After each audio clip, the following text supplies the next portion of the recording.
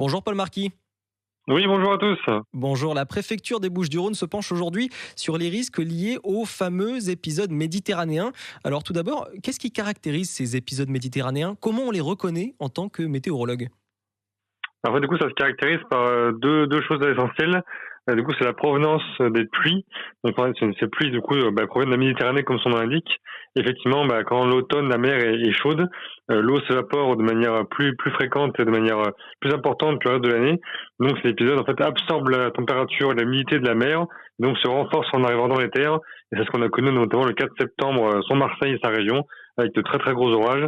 Donc, en fait, une dépression, quand elle vient glisser au large du Portugal ou de l'Espagne, peut provoquer des méditerranéens qui sont assez longs, parfois plusieurs heures et plusieurs jours. Donc c'est un peu la caractéristique de cet épisode-là, en fait. Justement, en effet, on l'a vécu la semaine dernière, donc le premier épisode méditerranéen de la saison. Ça devrait se multiplier dans les semaines, voire dans les mois, dans les années à venir? En fait, ça dépend beaucoup des années. Il y a un peu des récurrences. Ça fait déjà plus de près de 3 ans qu'on n'avait quasiment pas ces épisodes. En tout cas, en automne, on en a eu beaucoup cet hiver, c'est vrai. Là, on renoue un peu avec les épisodes d'antan, des années 90-2000. En revanche, là, avec le retour du Mistral qui va souffler fort encore pendant au moins une semaine à 10 jours, le risque d'épisode méditerranéen est totalement nul. Donc, on va probablement plutôt attendre octobre avant de retrouver des épisodes comme ça. Donc, pour l'instant, le risque est quasiment nul. Ouais. Ok, donc c'est plutôt une bonne nouvelle. Alors comment on peut s'y préparer à ces épisodes méditerranéens en tant que particulier?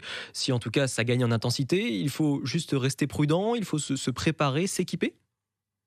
Oui, alors déjà, la première chose, c'est se tenir informé de la météo. Forcément, quand on a un épisode orageux prévu, c'est mieux de se tenir informé, par exemple, sur la météo du 13, qui est une page plutôt fiable en général. Et après, effectivement, si vous partez, déjà évitez de partir pendant les heures les plus orageuses ou quand ça tombe le plus fort. Le mieux, c'est se mettre à l'abri chez vous, de différer vos déplacements. Et si vous n'avez pas le choix, effectivement, le mieux, c'est de s'arrêter sur la route si ça tombe trop fort, tant que ça passe. Et si vraiment vous êtes pris dans une inondation, il faut mieux se mettre à l'abri, appeler les secours en attendant qu'ils arrivent. Mais pour pas se retrouver dans cette situation-là, il vaut mieux anticiper vos déplacements à l'avance et ne pas prendre de risques inutiles quand de fortes pluies orageuses sont annoncées, en fait.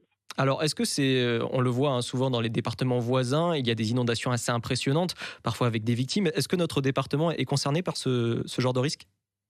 Alors oui, bien sûr, les Bouches-du-Rhône sont tout à fait concernés, peut-être un peu moins. C'est vrai que le Var ou le Gard, qui sont historiquement les deux départements où il y a pas mal d'inondations presque chaque année. Donc les Bouches-du-Rhône, c'est parfois un peu un entre-deux.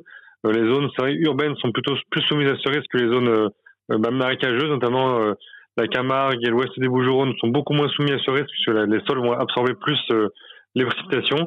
L'Est 13, donc Marseille, Aix, qui sont plus urbanisés, sont beaucoup plus soumis aux inondations puisque les sols vont moins absorber. Donc ça que le département est vraiment coupé en deux avec une zone ouest qui absorbe plus facilement, une zone à l'est qui retient plus l'eau par le bitume. Donc ça que les habitants ne sont pas tous à la même enseigne en fait.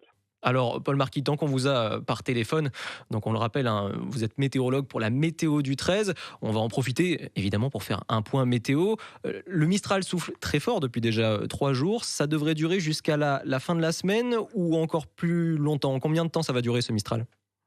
Effectivement, ça pourrait durer encore une bonne semaine, en sachant que jeudi, vendredi, Mistral devrait atteindre le stade de tempête entre 95 et 100 km/h d'Api à Marseille.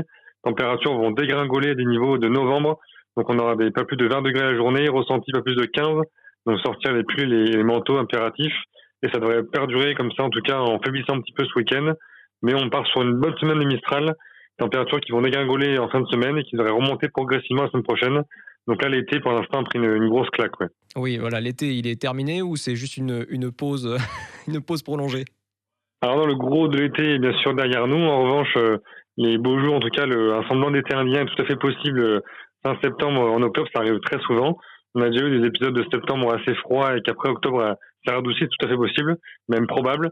Mais en tout cas, on n'aura plus des 35, 40, ça c'est terminé. On pourrait néanmoins voir encore 27, 28, 29, peut-être fin septembre, début octobre. Mais pour l'instant, voilà, c'est encore un peu loin pour en être certain. Ouais. Bon, on vous rappellera évidemment pour faire un point sur la situation. Merci d'avoir été avec nous, Paul Marquis. Mais merci à vous. Excellente journée.